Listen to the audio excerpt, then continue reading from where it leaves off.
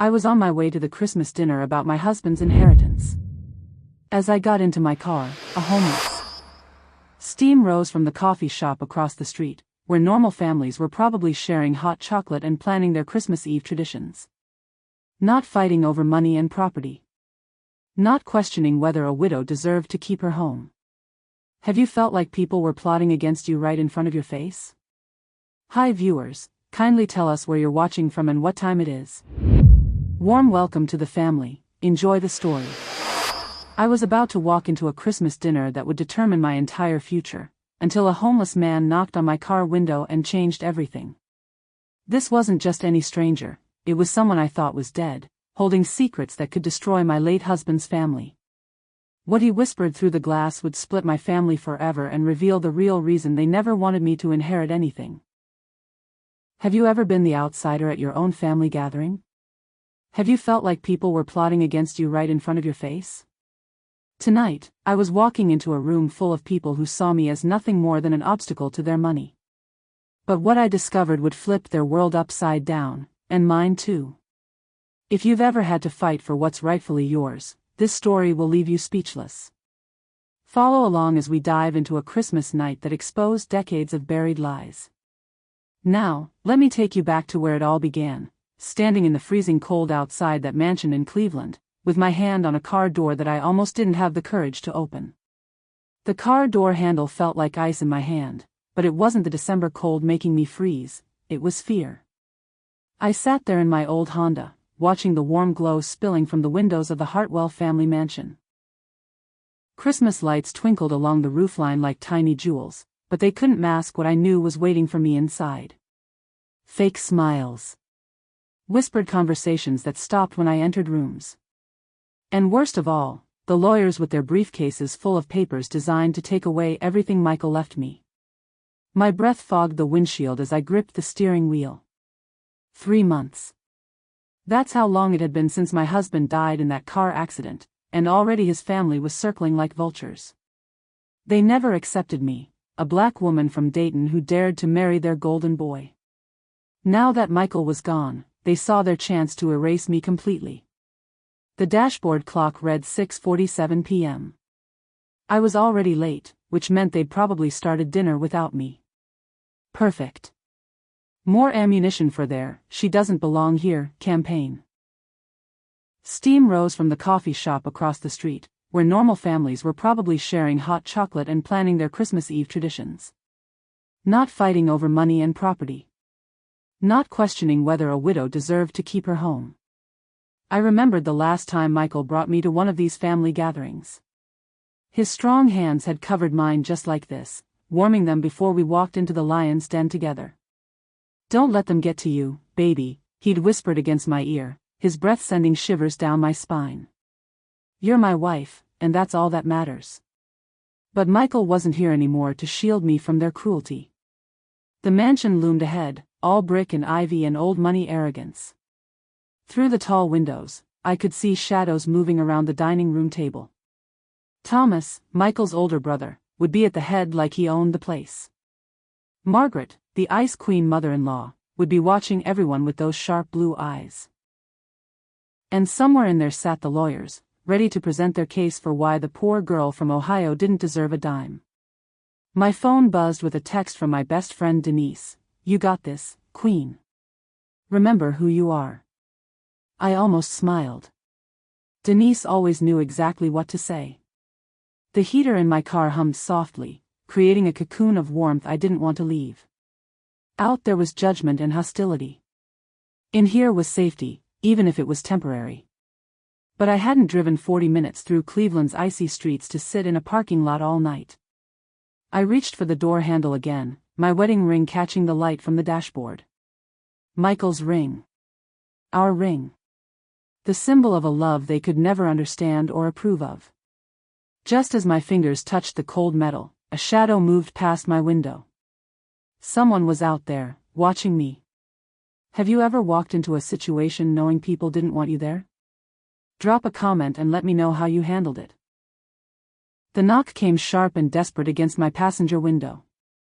My heart jumped into my throat as I turned to see a figure huddled in the darkness. A man in a torn winter coat, his face mostly hidden by a knit cap pulled low. His breath created clouds in the frigid air as he pressed his face closer to the glass. Every survival instinct screamed at me to drive away. This was exactly the kind of situation my mother warned me about, strange men approaching women alone in parking lots after dark. But something about the way he knocked, urgent but not threatening, made me hesitate. He knocked again, softer this time, almost pleading. Against my better judgment, I cracked the window just enough to hear him speak. "Please," his voice was hoarse, desperate. "I need to talk to you. About Michael." My blood turned to ice water. Nobody except family knew I was coming here tonight. Nobody except. "Who are you?" I managed to whisper. He pulled off the knit cap, and the streetlight illuminated his face. 20 years melted away in an instant, and I was 18 again, sneaking kisses behind the community center in Dayton. "Marcus?" His once smooth skin was weathered now, lined with hard living and harder choices. The boy who used to make me laugh until my sides hurt was gone, replaced by a man who looked like he'd been sleeping rough for months. But those eyes, those warm brown eyes that used to make my knees weak, were unmistakably his. "Hello, beautiful." The nickname hit me like a physical blow. That's what he used to call me when we'd lie on the hood of his beat-up Chevy, planning our escape from small-town life. Before I met Michael. Before everything changed. "What are you doing here?" My voice came out shakier than I intended. "I've been watching the house. Waiting for you to show up." He glanced nervously at the mansion, then back at me. "We need to talk before you go in there. About your husband. About what really happened to him. Michael died in a car accident." The words felt automatic, rehearsed from saying them to so many people over the past 3 months. Marcus shook his head slowly. "That's what they want everyone to believe." The world seemed to tilt sideways. "What are you talking about?" "I worked for them, Rachel. The Hartwell family farm. I know things. Things that got Michael killed." My hands were trembling now, and not from the cold. "You're scaring me. I'm trying to save you." He looked over his shoulder again, paranoid. "They know you're here tonight to claim your inheritance. They'll do whatever it takes to stop you." Through the mansion windows, I could see figures moving around the dining room. Were they watching us? Could they see Marcus out here with me? He leaned closer to the window, his breath fogging the glass between us. "Meet me at the old parking lot behind Miller's Diner on Euclid Avenue. Midnight. I'll tell you everything." Then he whispered a name I hadn't heard in 20 years. "Remember Jenny Morrison?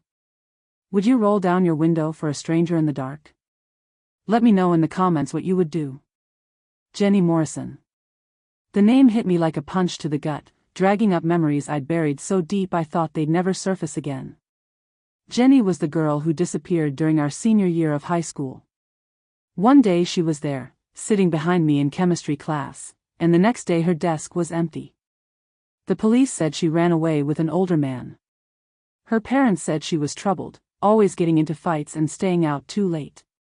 But Marcus and I knew better. "You remember," Marcus said, watching my face through the window glass. I remembered everything. How Jenny started dating one of the college boys from the state university. How she'd brag about his family's money and their big house outside town. How she'd show up to school with expensive jewelry and designer clothes that her waitress mother could never afford. And I remembered the last time I saw her, crying in the girls' bathroom, telling me she was in trouble and needed to get away. "She was seeing a Hartwell," I whispered. Marcus nodded grimly. "Thomas Hartwell. Before he married that ice princess he calls a wife." My mind raced, connecting dots I'd never wanted to see. Thomas was Michael's older brother, the one who'd inherit most of the family fortune. The one who'd always looked at me like something he'd scrape off his shoe. "Marcus, what does this have to do with Michael?" "Everything." He glanced nervously at the mansion again. "Your husband found out about Jenny. About what really happened to her. And when he threatened to go to the police. The implication hung in the air like poison. Michael wouldn't have kept something like that secret. But even as I said it, I remembered the late-night phone calls in the weeks before he died. The way he'd pace the kitchen floor, running his hands through his dark hair. The arguments with his family that he wouldn't talk about. He was protecting you, Marcus said softly. He knew what his family was capable of. The moonlight caught his features, and for a moment I saw the boy I used to love. The one who'd promised to take me away from Dayton, away from the small minds and smaller dreams that trapped people like us. We'd planned it all out, California, maybe, or New York. Somewhere we could be whoever we wanted to be. Instead, I'd met Michael at a college party and fallen for his easy smile and kind eyes. Marcus had enlisted in the army right after graduation, and by the time he came back, I was already wearing another man's ring. I tried to forget you, he said, as if reading my thoughts. Marcus. 20 years, Rachel. 20 years I've been carrying this guilt. I should have fought for you. Should have told you not to marry into that family. The wind picked up, rattling the bare tree branches overhead. Inside the mansion, I could see someone walking past the front window. They'd probably noticed my car by now, wondered why I was sitting out here instead of coming inside. He loved me, I said, but my voice lacked conviction. I know he did. That's why they killed him. The words hung between us like a challenge. Marcus reached into his coat pocket and pulled out a folded envelope, yellowed with age. Jenny wrote this before she disappeared. Michael found it in Thomas's things. Have you ever seen someone from your past who made your heart stop? Tell me in the comments about that moment when time seemed to stand still. My hands shook as I rolled down the window enough for Marcus to pass me the envelope. The paper felt fragile, like it might crumble at my touch. Jenny's handwriting was still recognizable after all these years. The same loopy letters she'd used to pass me notes during boring lectures. Read it, Marcus urged, his voice barely above a whisper. I unfolded the letter carefully, angling it toward the streetlight so I could make out the faded ink. If something happens to me, I want people to know the truth.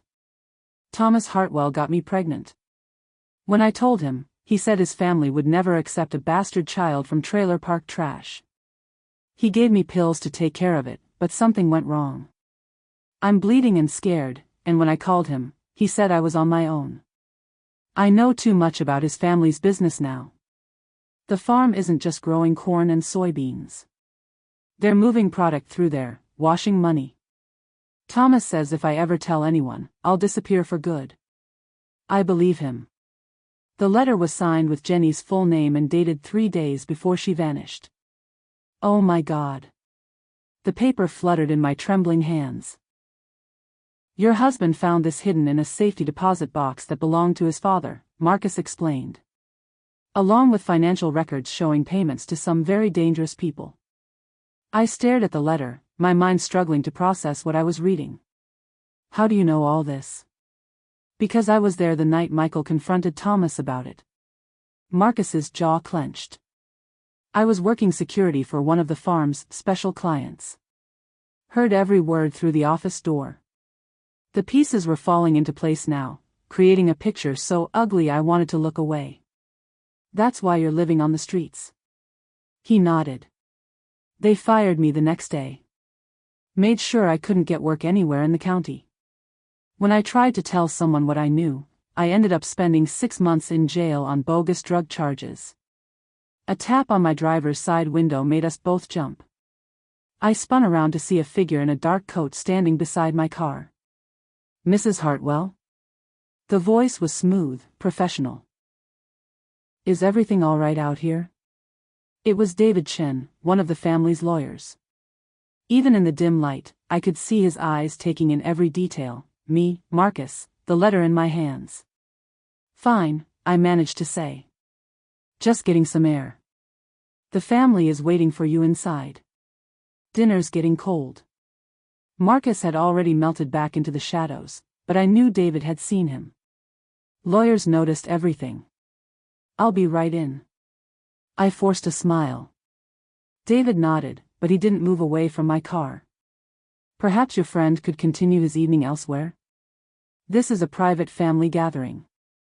The threat was polite but unmistakable. Of course. I quickly folded Jenny's letter and slipped it into my purse, praying David hadn't seen enough to recognize what it was. As I gathered my courage to get out of the car, Marcus's voice drifted from the darkness. Midnight. Miller's Diner. There's more you need to know. David's eyes narrowed, but Marcus was already gone. My fingers brushed against Marcus's as I'd taken the letter, and the touch sent electricity up my arm, the same spark that used to make me dizzy when we were teenagers. Some things never changed, even after 20 years and a lifetime of mistakes. What would you do if someone claimed your spouse's death wasn't accidental? Drop your thoughts in the comments below. David Chen walked me to the front door like I was a prisoner being escorted to my cell. The massive oak door opened before we even reached it, and there stood Margaret Hartwell in all her cold glory. Michael's mother had the kind of beauty that money could buy, perfectly styled silver hair, flawless makeup, and a smile that never reached her pale blue eyes. "Rachel, darling," she said, her voice dripping with fake warmth. We were starting to worry. I stepped into the foyer, immediately hit by the smell of expensive perfume and old money arrogance. The Christmas tree in the corner stood 12 feet tall, decorated with ornaments that probably cost more than most people's cars. Everything in this house screamed wealth, from the crystal chandelier to the Persian rugs under my feet. "Sorry I'm late," I mumbled, unwrapping my scarf. Next to Margaret's designer dress, my department store outfit felt shabby and cheap. "No matter. Come, everyone's in the dining room." She led me through the hallway lined with family portraits, generations of pale, privileged faces staring down at me with judgment. Michael's face smiled from one of the newer frames, and my heart clenched. God, I missed him. The dining room fell silent when I entered. 8 pairs of eyes turned to study me like I was some fascinating specimen. The long mahogany table was set with china that belonged in a museum, and candles cast dancing shadows across the faces of people who'd never wanted me in their family. Thomas sat at the head of the table where Michael should have been. He'd gained weight since the funeral, his face fuller and smugger than ever. His wife Patricia sat to his right, her lips pursed in permanent disapproval. Rachel, Thomas stood slightly, the bare minimum of politeness.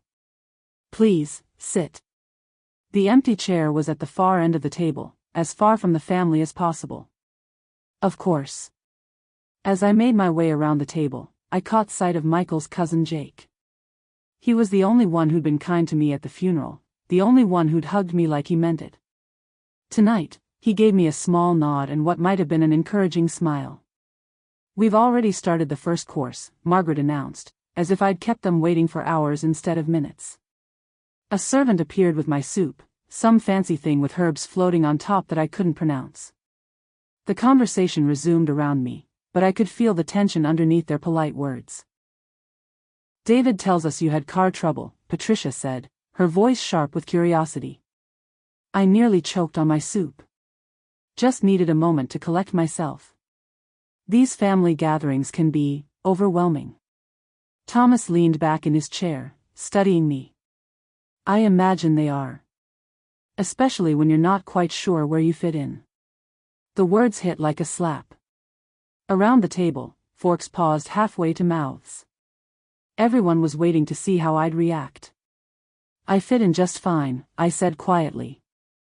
"I'm Michael's wife." "Widow," Thomas corrected with a cold smile. The candle flames flickered, and for a moment I remembered the warmth of Michael's hand in mine at our first family dinner. How he'd squeeze my fingers under the table whenever his family got too cruel. But Michael wasn't here to protect me anymore. I reached for my purse, feeling the crinkle of Jenny's letter against my fingers. These people had no idea what I knew about them.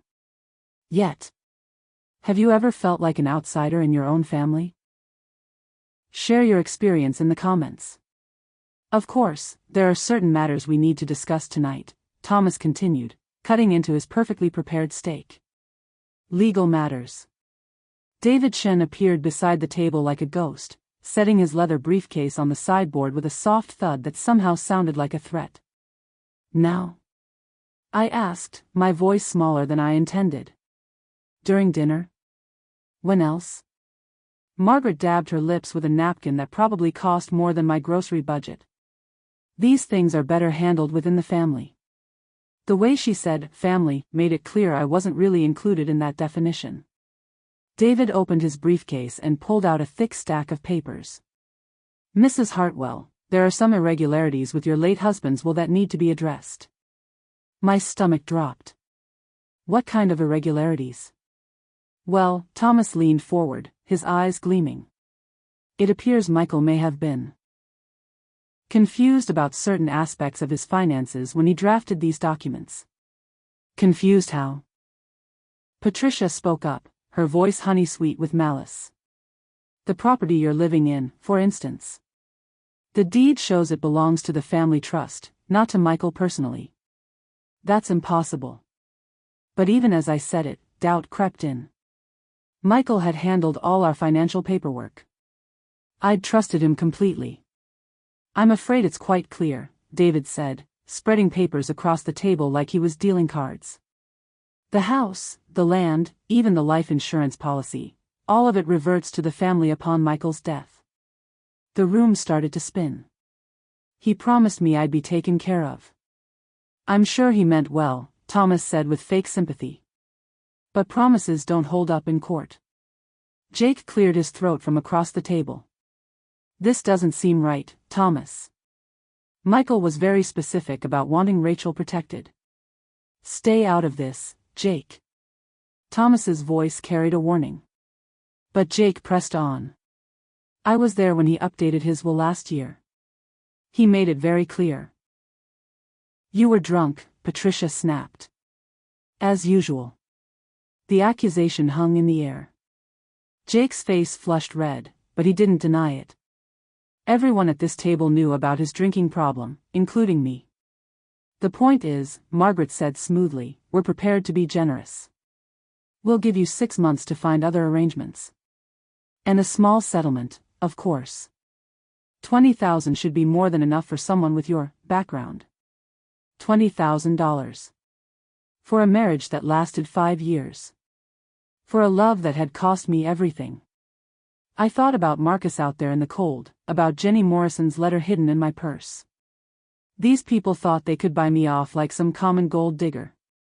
What if I refuse? I asked quietly.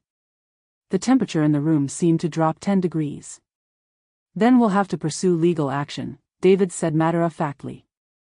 Which could get expensive. And messy. Are you prepared for that kind of fight? Under the table, my hands were shaking with rage. These people had stolen my husband's life, and now they wanted to steal his love too. Thomas raised his wine glass in a mock toast. To family. And knowing one's place. That's when I felt it in my purse, my phone buzzing with a text message. Marcus. How far would you go to fight for what your spouse left you? Let me know in the comments below. I excused myself to the bathroom, my heart pounding as I pulled out my phone. Marcus's text was short, they took the papers from your car. Check Thomas's coat in the front closet. My blood turned to ice. While David was walking me to the door, someone had searched my car. They knew about Jenny's letter. I stood in Margaret's pristine guest bathroom, staring at myself in the gold-framed mirror. My dark skin looked ashy under the harsh lighting, and my carefully styled hair was already coming undone. I looked like what they thought I was, a woman who didn't belong. But Michael had loved this face. These hands. This heart. I wasn't going down without a fight. When I returned to the dining room, the conversation stopped abruptly.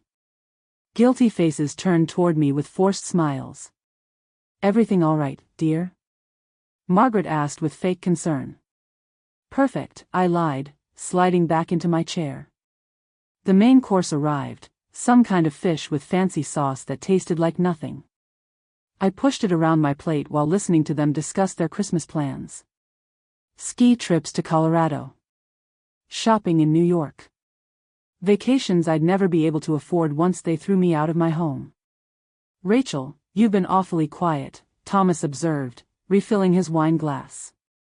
Not having second thoughts about our generous offer, are you? I met his gaze steadily. Just thinking about Michael. How much he loved Christmas. Patricia snorted. He was 32 years old. Christmas should have been about his children by then, not playing house with Patricia, Jake warned sharply. But she was already committed to the cruelty. Well, it's true. If he'd married someone suitable, someone who could give him children, maybe he'd have had more reason to live. The words hit me like physical blows. Michael and I had tried for years to have a baby. The doctors said there was nothing wrong with either of us, sometimes it just didn't happen. But Patricia's words dug into my deepest wound, the fear that I'd somehow failed as a wife. That's enough, Jake stood up abruptly, his chair scraping against the hardwood floor. Michael loved Rachel. He wouldn't want you treating her like this.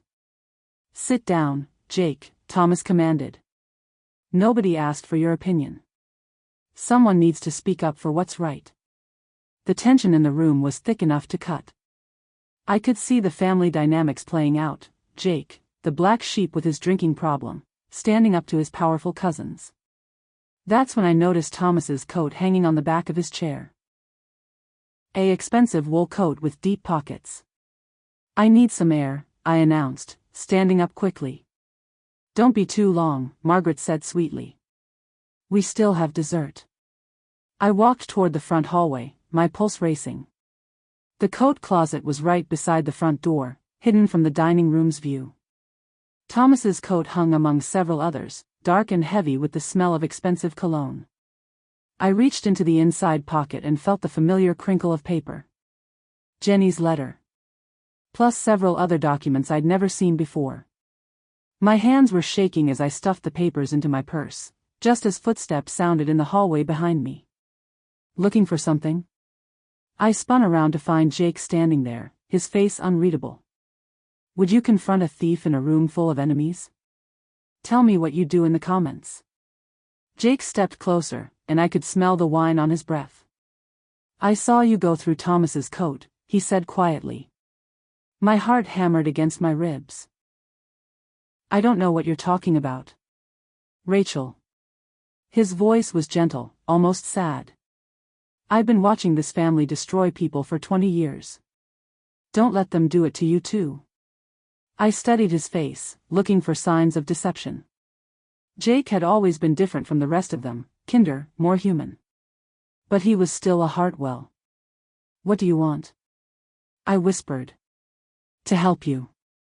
He glanced back toward the dining room, then moved closer. I know what they're doing isn't right. Michael would be furious. Then why don't you stop them? His laugh was bitter. Because I'm the family drunk, remember? Nobody listens to me. But you have something they're afraid of. Before I could ask what he meant, footsteps echoed from the dining room. Someone was coming. Quick, Jake grabbed my arm gently. What did you find? I pulled Jenny's letter from my purse, showing him just enough for him to see her handwriting. His face went white. Jesus Christ. Where did you get that? Someone who knew the truth about your family. Thomas appeared in the hallway, his face darkening when he saw us huddled together. What's going on out here? His eyes went straight to my purse, then to his coat in the closet. Just getting some air, I said, my voice steadier than I felt. Thomas's gaze sharpened. Jake, perhaps you should rejoin the family. You've had enough wine for one evening. I'm fine, Jake replied, but I could see the old shame creeping into his shoulders. This was how they controlled him, reminding him of his weakness, making him feel small. Are you? Thomas stepped between us, his bulk imposing in the narrow hallway. Because it looks like you're interfering with family business again. Leave him alone, I said before I could stop myself. Thomas turned his cold stare on me. Excuse me? You heard me. Stop treating him like he's worthless. The silence stretched between us like a loaded gun. Behind Thomas, I could see the rest of the family gathering in the doorway, drawn by the raised voices. You know, Thomas said slowly, for someone who's about to be homeless, you have a lot of attitude. Maybe because I know more than you think I do. The words slipped out before I could stop them. Thomas's eyes narrowed dangerously. What exactly do you think you know? My fingers closed around Jenny's letter in my purse. Enough. Margaret appeared beside her oldest son, her face sharp with concern. Thomas, what's happening here? Our guest seems to think she has some kind of leverage over this family. David Chin materialized from somewhere, his briefcase in hand like a weapon. Mrs. Hartwell, I hope you're not suggesting anything unwise. The threat in his voice was crystal clear. But Jake stepped closer to me, and I could feel his support like a warm wall at my back. I'm suggesting, I said, my voice growing stronger, that this family has secrets. And Michael knew about them. Thomas's face went pale beneath his carefully maintained tan. Have you ever had to stand up to people who outnumbered you? Share your courage story in the comments. I left the mansion at 11:30, claiming I had a headache. The truth was, I couldn't breathe in that house anymore. Every smile was fake, every word was a trap. And the way Thomas kept staring at me after our confrontation made my skin crawl. Miller's Diner sat on the edge of Cleveland's industrial district, the kind of place where truckers grabbed coffee at 3 a.m. and nobody asked questions. The parking lot was nearly empty when I pulled in, just a few semis and a beat-up Honda that had seen better days. Marcus was waiting by the dumpster behind the building, hunched against the cold in the same torn coat. But when he stepped into the light from my headlights, I saw something I'd missed earlier. He was still handsome. 20 years of hard living couldn't erase the strong jawline that used to make my teenage heart race. You came, he said as I got out of the car. I almost didn't. I wrapped my arms around myself, shivering in the December air. This is crazy, Marcus. All of it. I know. He moved closer, and I caught a whiff of his old cologne underneath the smell of unwashed clothes. But you deserve to know the truth about Michael. What truth? But even as I asked, I was pulling the papers from my purse. Jenny's letter, plus the other documents I'd found in Thomas's coat. Marcus's eyes widened when he saw them. You got into his private papers? Jake helped me. I wasn't sure why I added that detail, except that Jake's kindness tonight had surprised me. Marcus studied the documents under the dim streetlight. This is better than I hoped. Look at this. Financial records, payments to shell companies. Your husband was building a case against his own family. My heart clenched. He never told me. He was protecting you. If they knew you had this information, they'd what? Kill me too. The words hung in the cold air like a challenge. Marcus looked up from the papers, his brown eyes serious. Rachel, these people don't just steal money. They destroy lives. Jenny Morrison wasn't their first victim, and Michael wasn't their last. A semi-truck rumbled past on the main road, its headlights sweeping across the parking lot. For a moment, Marcus's face was illuminated in harsh detail, the lines around his eyes, the scar on his chin I didn't remember. How did you end up like this? I asked softly. You mean homeless? He laughed bitterly. Same way you're about to. They decided I was inconvenient. Marcus. I loved you, you know. Still do. The confession hit me like a physical blow. All those years I'd wondered what would have happened if I'd chosen differently. If I'd waited for him to come back from the army instead of falling for Michael's easy charm. Don't do this, I whispered. Do what? Tell the truth? He stepped closer, close enough that I could see my reflection in his eyes. You married a good man, Rachel. But you loved me first. Police sirens wailed in the distance, getting closer. We need to go, Marcus said urgently, grabbing my arm. But the sirens were getting louder, and I saw flashing lights turning into the parking lot. Run, Marcus whispered. Would you risk everything to uncover the truth? Let me know in the comments what you'd do. This way, Marcus grabbed my hand and pulled me toward the back of the diner. The police cars roared into the parking lot behind us, their spotlights cutting through the darkness like searchlights hunting for escaped prisoners. My heart pounded so hard I thought it might burst from my chest. How did they find us? I gasped as we ran between parked trucks. Thomas probably has the cops on his payroll, Marcus replied, his breathing surprisingly steady for someone who'd been living rough. Or they've been watching you since you left the house. We reached the edge of the parking lot where a chain-link fence separated the diner from an abandoned lot filled with weeds and broken concrete. Marcus boosted me over first, his hand strong and sure on my waist, then vaulted over himself with the grace of someone who'd done this before.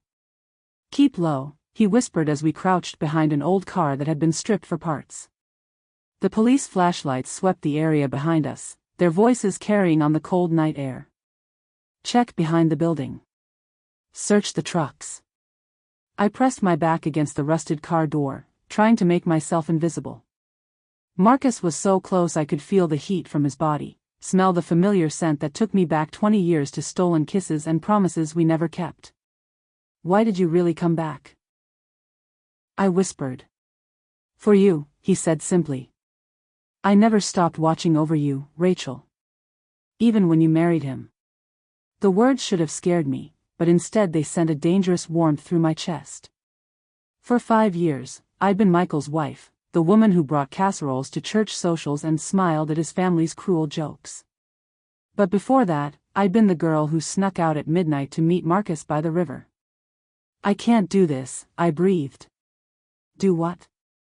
Feel this way. About you. About any of this. His hand found mine in the darkness, his fingers interlacing with mine like they belonged there. You don't have a choice anymore. They're not going to stop until you're destroyed. Just like Jenny. Just like Michael. A flashlight beam swept over our hiding spot, missing us by inches. There, a cop's voice shouted. Movement by the fence. We ran again, through the empty lot and into the maze of abandoned buildings beyond. My dress shoes slipped on the icy concrete, and Marcus caught my arm to steady me. In here, he pulled me into the doorway of what used to be a auto repair shop. We pressed ourselves into the shadows, our bodies molded together in the tiny space. I could feel his heart beating against my chest, could see the want in his eyes even in the darkness. 20 years of wondering what if dissolved in that moment. When his lips found mine, I didn't pull away. Have you ever had to choose between doing right and staying safe? Tell me about your toughest choice in the comments. Marcus pulled away from the kiss first, his breathing ragged. We can't stay here, he whispered against my lips. They'll search every building. But I couldn't move. 20 years of buried feelings had exploded in that one kiss, and my whole body was trembling, from fear, from cold, from what I had no right to feel. Rachel. His voice was urgent now. We have to go. He led me through a maze of empty buildings and trash-filled alleys, moving with the confidence of someone who'd learned to navigate the city's forgotten places. Finally, we reached a run-down motel where the neon sign flickered between vacancy and darkness. I've been staying here, Marcus explained as he unlocked room 237. The room smelled like cigarettes and broken dreams, but it was warm and hidden from the police spotlights. Marcus locked the door behind us and pulled the thin curtains shut. Now tell me, I said, sinking onto the edge of the bed. Tell me everything about Michael. Marcus sat in the room's only chair, suddenly looking older than his 40 years. Your husband wasn't the man you thought he was, Rachel. He was better. What do you mean? He found out about his family's business 3 months before he died. The drug money, the murdered girl, all of it. And instead of walking away or keeping quiet, he decided to do something about it. My heart clenched. That sounded exactly like Michael, the man who'd stopped to help stranded drivers in the rain, who'd donated anonymously to the food bank every Christmas. He was building a case, Marcus continued. Collecting evidence, making copies of financial records. He even reached out to Jenny Morrison's mother, told her he had proof about what really happened to her daughter. Why didn't he tell me? The question came out as a whisper. Because he loved you too much to put you in danger. Marcus leaned forward, his elbows on his knees. The night he died, he called me. Said he was going to turn everything over to the FBI the next morning. The room felt like it was spinning. The car accident wasn't an accident. Thomas arranged it. Made it look like Michael fell asleep at the wheel, ran off the road into that ravine. I thought about the closed casket at Michael's funeral. How Thomas had insisted on handling all the arrangements, saying I was too grief-stricken to deal with details. How quickly they'd cremated the body. There's more, Marcus said quietly. The life insurance policy they're trying to steal from you? Michael changed the beneficiary 2 weeks before he died. Everything was supposed to go to you, plus a trust fund for Jenny Morrison's younger sister. What? I stared at him in shock. He felt guilty about his family's crimes. Wanted to make amends. Marcus pulled out another document I hadn't seen before. This is the real will, Rachel. The one they've been hiding from you. My hands shook as I read Michael's handwriting. Not only did he leave me the house and insurance money, but he'd also left detailed instructions for using part of the inheritance to help families like Jenny's, people his family had hurt. He knew he was in danger, I realized. And he loved you enough to try to protect you from the truth. Dawn was creeping through the thin curtains, painting the shabby room in shades of gray and gold. Somewhere in the city, Thomas was probably calling in favors, using his money and connections to find us. But I wasn't the same woman who'd sat in her car outside that mansion 12 hours ago. I was Michael's widow. And I was going to finish what he started. How would you handle learning your spouse was murdered by family? Share your thoughts in the comments below. I want them to pay, I said, folding Michael's real will carefully and tucking it into my purse. All of them. Marcus studied my face. Revenge won't bring him back. This isn't about revenge. It's about justice. I stood up and walked to the window, peering through a gap in the curtains. The parking lot was empty except for a few beat-up cars and a stray cat picking through garbage. Jenny Morrison deserves justice. Michael deserves justice. And I deserve to know that these monsters can't hurt anyone else. What are you thinking? I turned back to him, my mind already working through the possibilities. They're expecting me to run scared. To take their $20,000 and disappear quietly. Aren't you scared? Terrified, I admitted. But I'm also angry. And anger makes me dangerous. Marcus smiled for the first time since I'd found him in that parking lot. It was the same smile that used to make me feel like I could conquer the world. So what's the plan? Christmas morning. The whole family always gathers for breakfast at Margaret's house, it's tradition. All the cousins, all the lawyers, everyone who's in on this conspiracy. You want to confront them in front of everyone? I want to destroy them in front of everyone. I pulled out my phone and scrolled through my contacts until I found what I was looking for. But first, I need to make some calls. The first call was to Channel 5 News. I'd gone to high school with the assignment editor, and she owed me a favor from when I'd helped her elderly mother navigate Medicare paperwork. Lisa. It's Rachel Hartwell. I have a story for you. A big one. The second call was harder. Jake answered on the third ring, his voice thick with sleep and probably hangover. Rachel? Jesus, what time is it?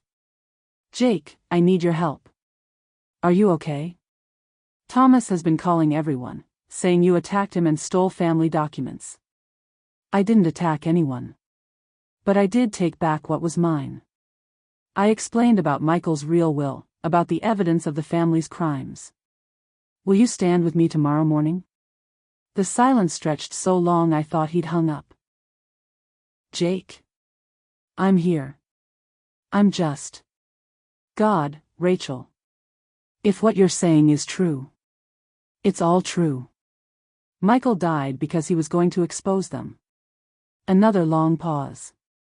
Then, what do you need me to do? By the time I finished planning with Jake, snow was falling outside the motel window.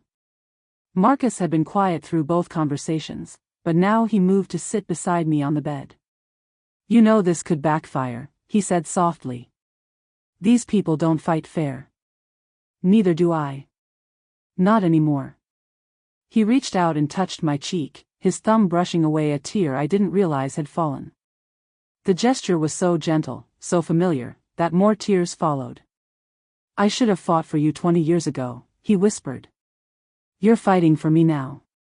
That's what matters. When he kissed me this time, it wasn't desperate or rushed. It was full of promise and possibility and the kind of love that survives decades of separation. Outside, my phone rang with a call from Jake. Rachel, his voice was urgent. Thomas just left Margaret's house with David Chen. I think they're coming for you. Would you seek revenge or justice for your murdered spouse? Let me know in the comments what you'd choose. Christmas morning arrived cold and bright, with fresh snow covering Cleveland like a clean slate. I stood outside Margaret's mansion at exactly 9 a.m., wearing my best black dress and carrying a briefcase full of truth. The Channel 5 news van was parked discreetly around the corner, and Jake had texted to confirm all the family members were inside. My heart hammered as I rang the doorbell. Margaret answered in an elegant Christmas robe, her face cycling through surprise, anger, and calculation in the span of 3 seconds. Rachel. How unexpected. Merry Christmas, Margaret. I brought gifts. I pushed past her into the foyer, where I could hear voices and laughter from the dining room. The whole family was here. Thomas, Patricia, David Chen, even some cousins I barely knew. All of them gathered to celebrate another year of getting away with murder. Everyone, I called out as I entered the dining room. I have an announcement. The conversation died instantly. Thomas half rose from his chair, his face dark with fury. You have some nerve showing up here after last night, he snarled. David, call the police. Already here, I smiled, pulling out my phone to show them the recording app that had been running since I entered the house. Along with Channel 5 News. They're very interested in the story of Jenny Morrison. The color drained from Thomas's face. I don't know what you think you're playing at, Margaret said coldly, but this is a family gathering. You're not welcome here. Actually, I am family. Michael's widow, remember? And I have something that belongs to all of us. I opened my briefcase and pulled out Jenny's letter, the financial records, and finally Michael's real will. This is the will Michael actually signed, I announced, holding it up so everyone could see. The one that leaves everything to me, along with funds to help the families your crimes have destroyed. Patricia gasped. That's impossible. We have the real will. You have a forgery. This one has Michael's fingerprints on it, verified by an independent expert. I was bluffing about the fingerprints, but the panic in their eyes told me they believed it. Jake stood up from the far end of the table, his face grim but determined. She's telling the truth. I helped Michael hide the real documents. Jake, you're drunk, Thomas warned. Nobody will believe. I'm sober, Jake interrupted. Have been for 3 days. Amazing how clear things become when you stop drowning your guilt in whiskey. David Chen was frantically shuffling through papers, probably looking for legal loopholes. But there weren't any. Michael had been thorough. You killed him, I said, looking directly at Thomas. You murdered your own brother because he threatened to expose your drug operation. That's ridiculous, Thomas blustered, but sweat was beading on his forehead. Is it? Then you won't mind when the police search the farm. Or when they exhume Jenny Morrison's body from wherever you buried it. Margaret sank into her chair like her strings had been cut. This is impossible. We were so careful. The admission hung in the air like a confession. That's when I heard the sirens outside, getting closer. What would you say to people who tried to steal your life? Share your powerful moment in the comments. The police arrived with perfect timing, just as Thomas lunged across the table toward me. Jake caught his cousin's arm, holding him back as officers flooded into the dining room. Behind them came the news crew, cameras rolling to capture every moment of the Hartwell family's destruction. Thomas Hartwell, "You're under arrest for the murder of Michael Hartwell and Jennifer Morrison," Detective Rodriguez announced, pulling out handcuffs. "This is outrageous," Margaret shrieked. "We'll sue everyone involved. Our lawyers will." "Your lawyers are being arrested too," Detective Rodriguez informed her as David Shen was led away in handcuffs. "Conspiracy, money laundering, obstruction of justice." Should I continue? I watched it all with a strange sense of calm. For 3 months, I'd felt powerless, like a leaf blown around by forces beyond my control. Now I was the storm. Patricia tried to slip out through the kitchen, but more officers were waiting. She dissolved into tears when they cuffed her, all her designer arrogance crumbling away. "Rachel," Thomas called out as they pushed him toward the door. "You have no idea what you've done. This won't end with us." The threat sent ice through my veins, but Jake stepped closer to me. "It's over, Thomas," he said firmly. "No more victims. No more lies." As the police cars pulled away, I found myself alone in the mansion with Jake and the scattered remains of Christmas breakfast. The house felt different now, smaller, less intimidating. Just another building full of expensive things that couldn't buy love or loyalty or peace. "Are you okay?" Jake asked softly. I laughed, surprising myself. "I think so. For the first time in months, I actually think I'm going to be okay." "What will you do now?" That was the question, wasn't it? I had my house back, my inheritance secured. But more than that, I had my life back. My choices back. My phone buzzed with a text from Marcus. "Saw the news. You did it. Proud of you." Another text followed immediately. "When you're ready, I'll be waiting." Jake noticed me reading the messages. "The guy from last night?" I nodded. "It's complicated. The best things usually are." Jake smiled sadly. "For what it's worth, I think Michael would approve. He always said you deserved to be happy." "What about you? What will you do without the family money?" "Get a job. Get sober for real this time. Maybe find out who I am when I'm not drowning in guilt and whiskey." He looked around the empty mansion. "Want to know a secret?" I'm relieved. Carrying their secrets was killing me. Outside, more news vans were arriving. By tonight, the Hartwell family scandal would be national news. By tomorrow, there would be lawyers and investigators and reporters calling me every hour. But right now, there was just silence and the smell of coffee and the weight of justice finally being served. My phone rang. Marcus again. "Hello?" "There's something else," he said without preamble. "Something I didn't tell you about Michael." My stomach dropped. "What now?" "He left you a letter. A real letter, not legal documents. I've been carrying it for 3 months, waiting for the right time. Would you choose the love that burns or the love that heals? Tell me about your heart's toughest decision in the comments." I met Marcus at Michael's grave on New Year's Day. The headstone was simple, just his name, dates, and the words, "Beloved husband," that I'd chosen through my grief. Snow covered the ground, but someone had cleared a path to his resting place. "I come here sometimes," Marcus admitted as we stood together in the winter silence. "To talk to him. To apologize." For what? For loving his wife. For wanting what he had. I touched the cold granite, tracing Michael's name with my gloved finger. He knew, didn't he? About us, about how we felt? Marcus pulled out a sealed envelope, yellowed with age. "Read it and see." My hands shook as I opened Michael's letter. His handwriting was careful, deliberate, the way he wrote when something really mattered to him. "My dearest Rachel. If you're reading this, then the worst has happened and I'm gone. I'm sorry I couldn't tell you about my family's crimes while I was alive. I was trying to protect you, but I see now that protection and truth don't always go hand in hand. There's something else I need you to know. I've always been aware of your feelings for Marcus.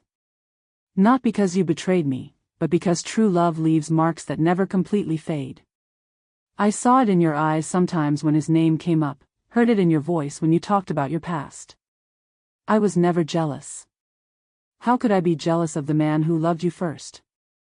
Who taught you that you deserve to be loved completely? Marcus made you the woman I fell in love with.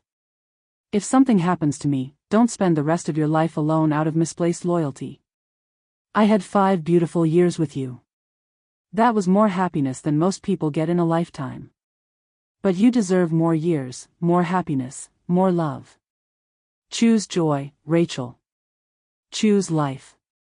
And if that life includes Marcus, you have my blessing. All my love, Michael. The tears came then, hot and cleansing in the cold air. Marcus put his arm around me as I cried, for Michael, for lost time, for the complicated mess of loving 2 good men in different ways. He was better than both of us, Marcus said quietly. No, I wiped my eyes with the back of my glove. He was just different. You both loved me enough to let me choose. 6 months later, I stood in that same cemetery, but everything had changed. The Hartwell family was in prison. Jenny Morrison's sister had enough money for college. And I had used part of my inheritance to start a foundation helping families of murder victims. Marcus was clean now, working construction and living in the small apartment above my garage. We were taking it slow, learning each other all over again. Some nights I still woke up missing Michael's warmth beside me. But other nights, I dreamed of California beaches and second chances. Ready? Marcus asked, offering me his arm. We walked away from the cemetery together, leaving flowers on Michael's grave and carrying his blessing toward whatever came next. The morning sun was warm on my face, and for the first time in years, the future felt full of possibilities.